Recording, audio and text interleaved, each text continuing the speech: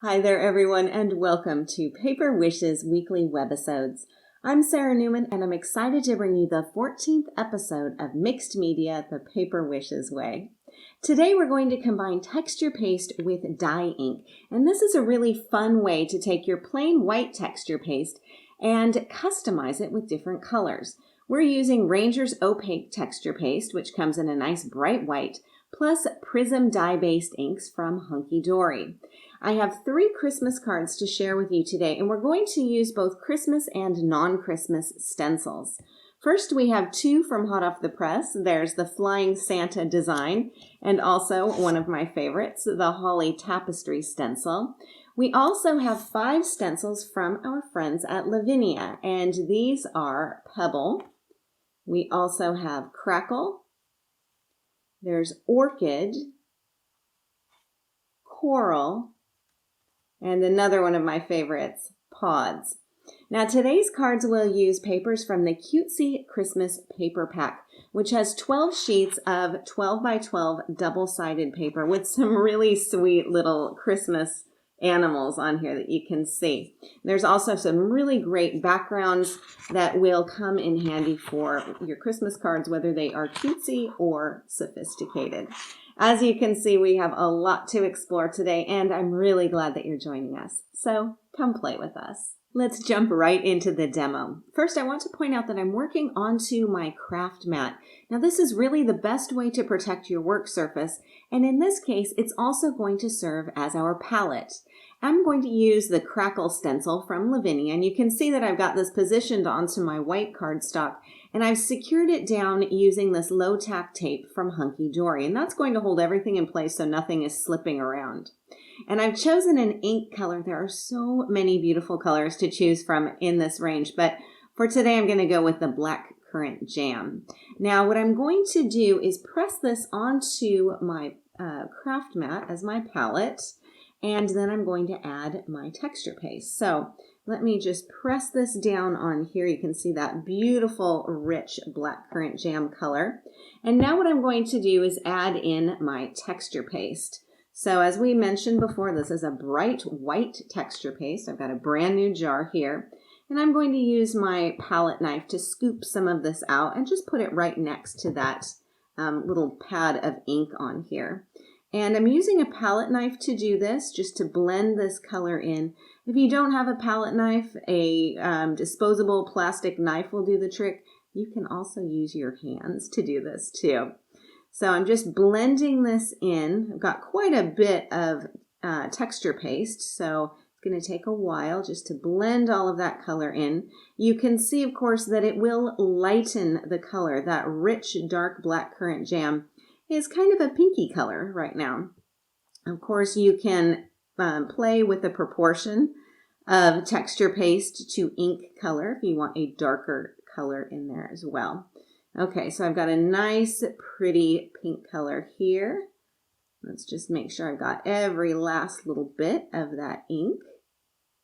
And then I can use my palette knife to simply apply this right onto my stencil piece. Okay, so I'm just smoothing this on here with my palette knife. And then what I'm going to do is reach for my favorite tool, the Stencil Pal, and I'm just going to smooth this out. So I'll drag this along here, and you can see where this is smoothing out that design. It also helps me to pick up any excess that I have, and then I can come back and fill in any areas that need a little bit more of that texture paste. Okay, let's smooth this around here. And then once again, just run that Stencil Pal on there. And that's going to smooth everything again. Help me make sure that I scrape off any excess, which of course I'm going to put to use for something else. And then what I'll do is just gently lift off my stencil. And you can see my stencil design. Really fun, really easy, a quick and great way to get a unique background. So what you can do is use any of your dye inks for this technique. And if you're wondering, inks meant for non-porous surfaces are not going to work, unfortunately. I also tried this with pigment inks and had some mixed results. So I really do recommend that you stick with the dye-based inks for definite success with this technique. Okay, so I'm going to clean this up from my craft mat, and then let's take a look at a card example. This card uses the Pods stencil that you can see here in combination with 2 different blue inks. And I'm going to talk about that process in just a minute, but I wanted to show you the overall card design first. Here I've trimmed down some of the cutesy pattern paper, just slightly smaller than the card front.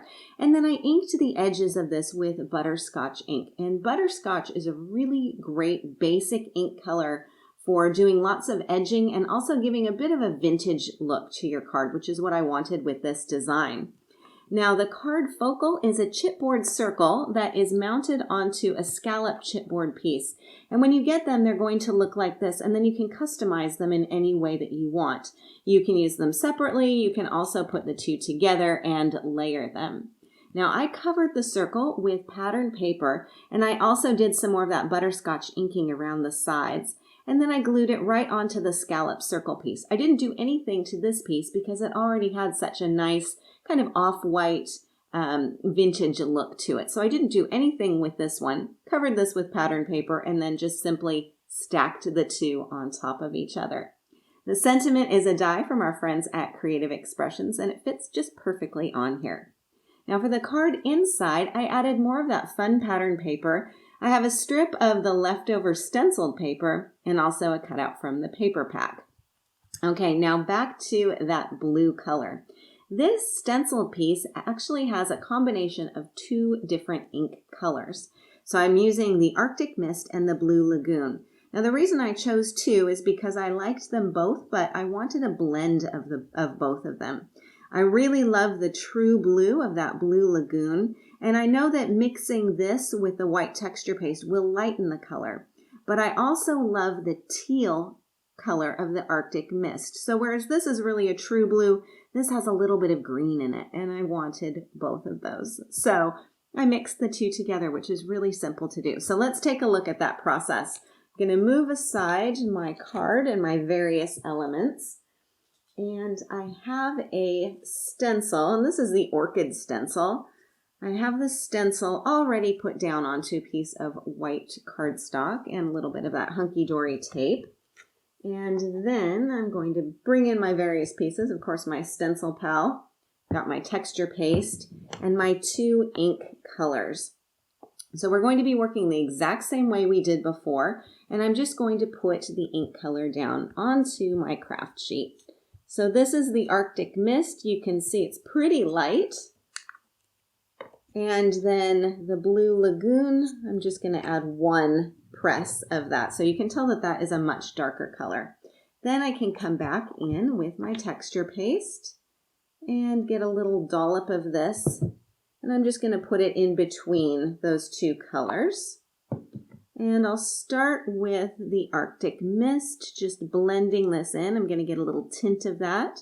And then just start working slowly, bringing in some of the texture paste and mixing that in as I go. If I work slowly and just pull in a little bit of the texture paste and a little bit of the ink, I can really control the color. You can see I'm getting a nice blue that also has a hint of that teal. Okay, so let's see. Add a little bit more in here and some more of my Blue Lagoon. If you want to lighten it more, you can of course add more texture paste. I like to start with a small amount though, so I'm not wasting that texture paste. I'm going to press this off. Okay. I'll move aside my stencil pal and then just add my texture paste on here as I did before. Okay, just gently applying this on here. Now you can use your palette and you can also use your fingers if you want to as well. Sometimes that gives a little bit more control, whichever you are more comfortable with. Okay, so I've got my color on here. Then I'll grab that stencil pal and just smooth this off. And of course, I've got my excess on here, so I can just scrape that off and add a little bit more if I need to in some areas where didn't quite get it covered before. Okay, and let's try it again. All right, and then I'll just gently lift off my stencil.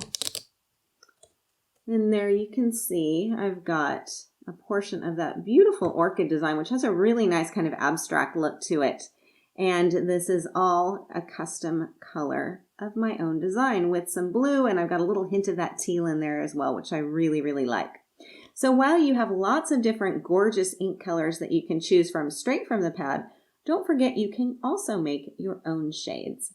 Okay, I have another way to create a custom ink color and texture paste color, so let's take a look at that process too. This card uses the Holly Tapestry stencil with two different ink colors, Rainforest Green and Evergreen. And if you look here, you can see that I haven't blended those two colors like we just did with the two blues. Instead, I'm able to get areas that are light green and also areas that are dark green, but there's some blending in here as well. It's a really easy technique to do, so let's take a look.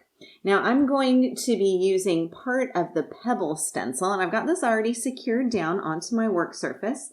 And I'm going to bring in my two ink colors. So again, I've got the Rainforest Green and I have the Evergreen. So two beautiful greens, again, very different shades. So let's put down some of that ink color as we've done before. And once again, I'm keeping the areas of ink separate here. And I'm going to do the same thing with my texture paste. So instead of blending everything, I'm going to keep things separate as much as I can. So I'll put a little dollop of texture paste next to each one of those ink colors. And then I'm going to start with the lighter color. And I'm just going to blend this in as we've done before. So I really want to create two very different colors that are completely mixed. So we'll blend this one. Again, I'm starting with a lighter color. So even though my palette knife is going to be a little bit dirty, it's going to be okay when I get ready to mix the second color. Okay, so this is the darker one. You can see this. Now this one has a really beautiful kind of blue undertone to it. So you can see that the Rainforest is lighter, that's this one, and then the Evergreen is a darker with a bit more of a dark blue to it. Okay, so I have my two very different colors here. I'm going to try and get off as much of that darker color from my palette knife as possible. Maybe just kind of wipe that off.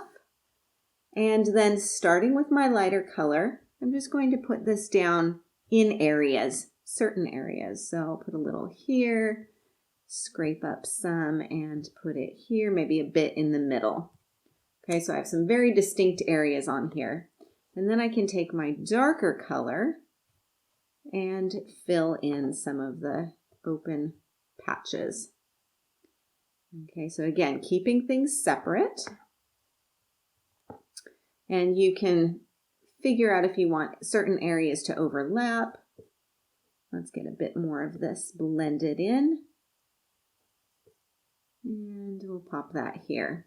Okay, so I have all of my different areas on here. Now, once again, the Stencil Pal is going to help kind of blend things together. So when I drag this across here, you can see where some of those areas are going to get blended. And then I've got the leftover, which is this mixture. And that I'm going to use to actually creates almost like a third color. Okay, so once again, pull this color with my Stencil Pal, and then I'm going to gently lift this up. And gently, I said. And there we go. So now you can see where I've got some areas of definite evergreen, areas of definite rainforest, and a beautiful blend of each of them together and separately. So this is a lot of fun. And it's a great way to create some really unique kind of ombre effects. And I always think that this would be pretty if you were using like a rainbow color combination as well. Okay, I'm going to mop up my mess here on my craft sheet, and then we'll take another look at the card again and another look at a different card too. Okay, let's take another look at this card and see what else we have going on. These sweet little winter animals were simply die cut using the 12 circle and scallop cutting dies collection. And you can see this 1 7/8 of an inch circle is just the perfect size for these cutouts. And it really does save you time cutting, especially if you're not great at cutting out circles like me. Then you can easily mount them up onto a black scallop circle, which is what I've done here. And I've added these two with a bit of foam tape in between the layers, and that's just going to give a little bit of lift and dimension. Now I've added the stenciled piece on top of some candy cane striped paper from the paper pack, and then added my sentiment down here. Now this is also another cutting die collection, and this is the oval. So same philosophy as the circle, just in a slightly different shape. The sentiment is a dazzle greeting, and this is not meant for Christmas, but I think it works perfectly for the holidays regardless. So don't forget, you can use some of your dies and some of your dazzles greetings for your holiday cards that maybe don't specifically say Christmas. And I've got this again mounted up on some foam tape.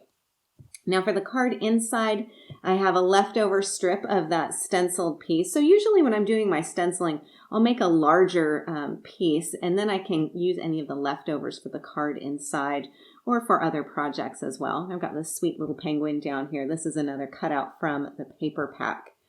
And one other thing that I want to point out about the stencils and your palette knife and your other accessories that you're using, do be sure after you're done stenciling with that texture paste that you clean off your stencil pal, your palette knife, and actually using the stencil pal on your stencil does help to clean things off pretty well as well. So that's another great reason to be using that tool. Okay, I have one more card project to show you, so I'm going to move aside my little penguin and my dies here, and we can take a look at this design. Now, we've been talking about using our stencils as backgrounds, but you can also use the same technique for your card focals. And so here I've stenciled the Joy to All, and I'm using the Camellia Pink ink for this one, and also the Flying Santa stencil. So let's take a look at this. And you can see it's a nice all-over design. You could use the entire piece on a large card or a scrapbook page or other project.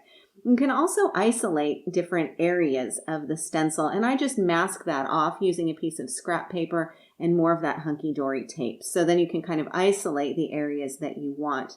And that's what I've done here with this Joy to All. Now don't forget, in addition to this, you've also got lots of other elements on the stencil, and I think you could use these for different parts and pieces of your cards as well. So you can, again, just mask off areas that you don't want.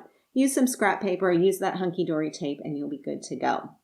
Okay, so for the front of this card, you can see that I've got some strips of that cutesy pattern paper, a little bit of silver ribbon on here. Got the oval version of that circle and scallop die.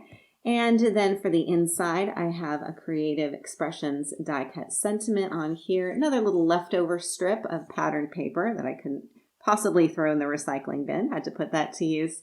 And then another sweet little die cut image on here, just to kind of hold down that the ribbon, which I have secured really underneath the front of this as well, just to make sure that I've got some security on there. Okay, so with this last card, I think we can see just how easy it is to use texture paste with our die ink to create some really fun designs. Thank you so much for joining me today, and thank you for being a part of the Paper Wishes family. We're really glad that you're here with us. I can't wait to see what you create with your stencils, your inks, and your texture paste for Christmas or otherwise. Do be sure to leave a comment. We love to hear what you think. Each item can be purchased separately, and you can see them below. However, we've also bundled them into a creative money saver just for you. For the money saver, just see this webisode on paperwishes.com.